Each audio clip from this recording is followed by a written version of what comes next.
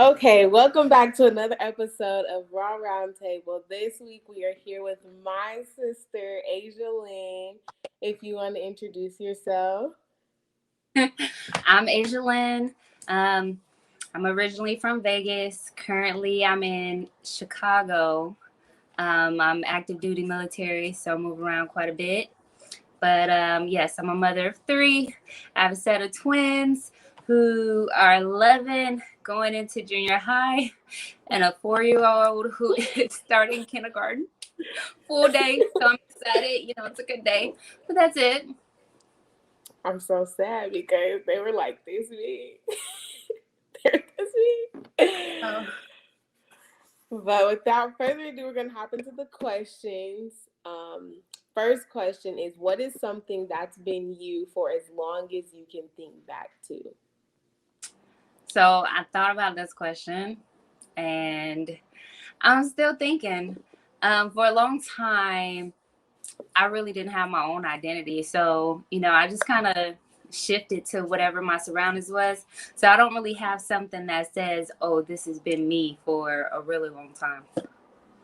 I mean, that's interesting in of itself. I mean, because for me, I always would say that like I was like the smiley little girl, like, but to be able to say that you knew and you were aware that you always shifted to your surroundings. I mean, that's awareness in and of itself at a young age. So the second question is, what do you love about you? What I love about me, oh my God, let me tell you, there's so many things. That I could really go off a list of the things I love about myself. But what I love most about myself is my ability to overcome adversity. Um, I've been through a lot of things in my life, and being able to overcome those without, a lot of guidance or a how-to book, some type of instructions, or somebody who came before me to say, oh yeah, I've been through that. Let me tell you how to do it, right? Because I'm the oldest of four. So I didn't necessarily have that. So that's what I really love about myself. You can give more if you want to. Oh, you want me to go into Most detail? people don't have a lot. So if you have a lot, go ahead and share. Well, my awareness, I love that. I love my ability that hasn't always been so, but now is even better, to take constructive criticism. That's awesome. That's It's real, because at one point I couldn't accept no criticism. You couldn't tell me nothing was wrong with anything, because I was like this semi-perfectionist that, yeah, you couldn't tell me that was wrong because everything was right. And now I'm completely different. You could tell me a whole bunch of stuff is wrong, and I'm like, okay, boom, new opportunity to do it better. Hey, but yeah, I love that about myself. I love, being able to be someone people that look up to. My kids being able to look up to me and be like, oh my God, I want to be like my mom. I want to go to the military like my mom, or, mom, you're the best mom. Like, that's stuff that I love about myself, that I can create that connection with my kids, create that environment with them where they have a good relationship with me. I love my feet. They cute. Even with the nails ain't polished and it's just clean. said they cute.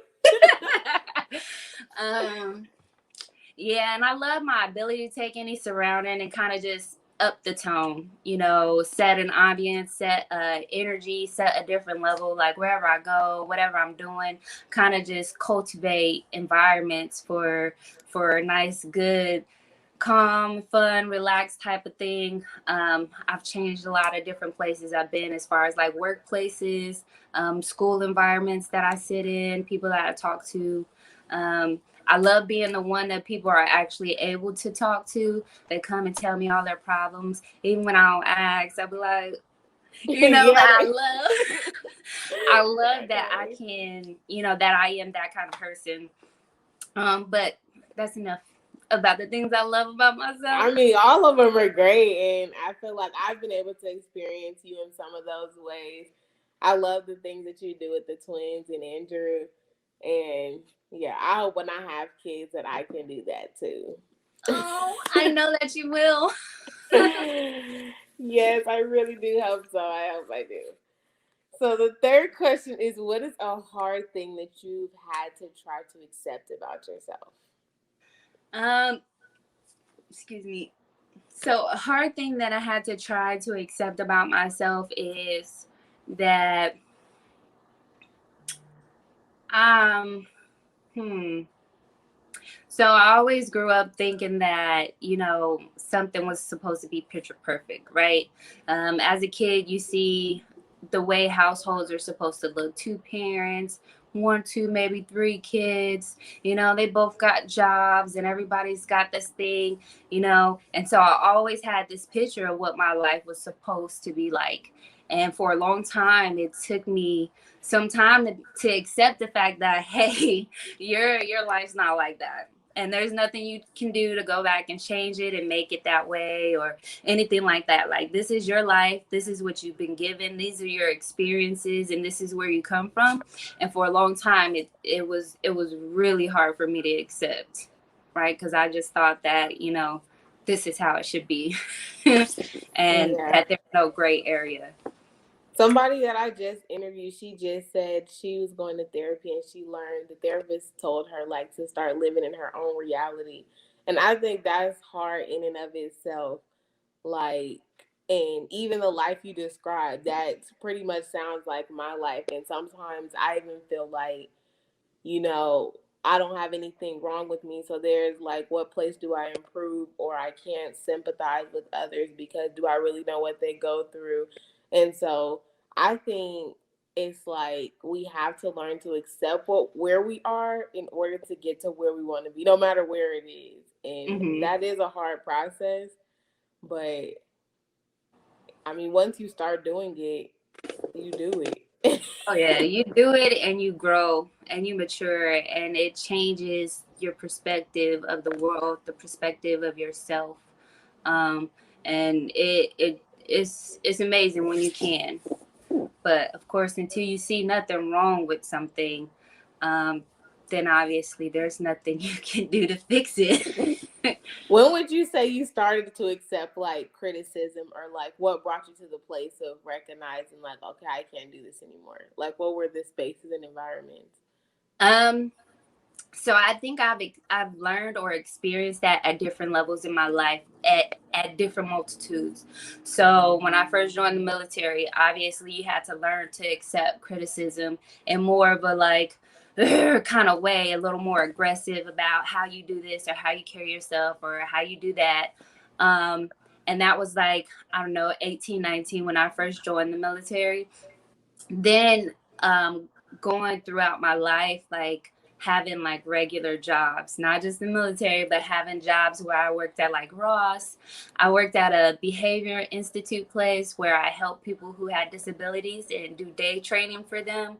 I worked at this place called Sitel, the call center. And in all of those jobs, there was a system where you critique how your work is or what your progress is, or if you've been productive during that time. And being able to accept that criticism was like, okay, can't tell me I didn't do this call right. But in order for me to progress in the position that I had to accept that criticism and make adjustments. I remember there was this one job that I worked at, and I tell you, I was there in the morning. I opened up the cafe, I closed the cafe, and it's a cafe, so we're only open from 7 to 4. And 4 is like if you're already in the door by 3 eating, because 4 I'm like walking out because I done cleaned up and everything. There's only 3 other like server positions that people show up for or whatnot, and I'm like there coming in, opening and closing when it's supposed to be 2 different shifts, and there's a manager available, and I'm just basic pay, basic whatever. And I'm like, I've been here, I've been consistent, I show up, my uniform is on point, my hair stay on point, I get all the tips, and I got great customer service skills. Why aren't you guys promoting me? Because I'm dedicated to every day and everything to me, not realizing that I actually did need to grow in some areas to be manager material or team lead material. Like, there was certain stuff that I just couldn't see because I wasn't living in my reality. I was like, I'm perfect. Can't nobody tell me nothing. So I learned them in different magnitudes at different times in my life. And the most recent one was probably, it was like 2019, where I didn't learn that criticism or critique from a person or anybody else. I literally learned it from myself, and maybe by accident. But you get to a point in your life where you're like, okay, this is it. I cannot do no more. I can't take no more. Something's got to give. Something's got to change. And you start looking at yourself and everything, and it's like, I don't know, it's mind blowing. I can't even explain it, but I feel like that was like that. I don't even think it was a midlife crisis. A midlife revolution is probably what it was. Because I'm like, whoa. I took a step back and I saw a whole bunch of stuff, and I literally jumped into a 6-month plan. And in that 6-month plan, I read a couple books, did a couple different things, and my whole life changed for like the better, right? But I got to a point where stuff didn't look right to me. Stuff wasn't, I started living in a reality. I was able to see reality for what it was versus what I thought it was, because, man, I don't know how to explain that, but at a magnitude of like 10 times 10, that was that moment that critiqued me. And it was like my own experiences, my own decisions allowed me, I was able to see the results of my own decisions, and I was able to see them clearly because it just didn't look right. As much as I had this picture of reality and how things looked to me or how they should have been, it didn't add up. So when the results of the decisions I was making kept not looking like that picture in my head, where I was like off in another world fantasizing, it was like, okay, now something's wrong. So well, that's a good way to look at it. I'm gonna tell you, when I start thinking about things that are outside of what currently is, then okay, I need to snap back into the now. oh yeah. It is dangerous to be drifting off. You Oh can go too far. man, I catch myself now, like learning that one thing in 2019 allows me to make sure that I stay intact. Like I do like a periodic check, like, okay, boom. I had to write some stuff out. Like, okay, okay, I'm still being realistic. But because I know that I can get beside myself and think about stuff like that, I'm able to come back and check in with myself, keep myself accountable for what is and what isn't. Well, that's good that you have a way to track it too. Oh yeah.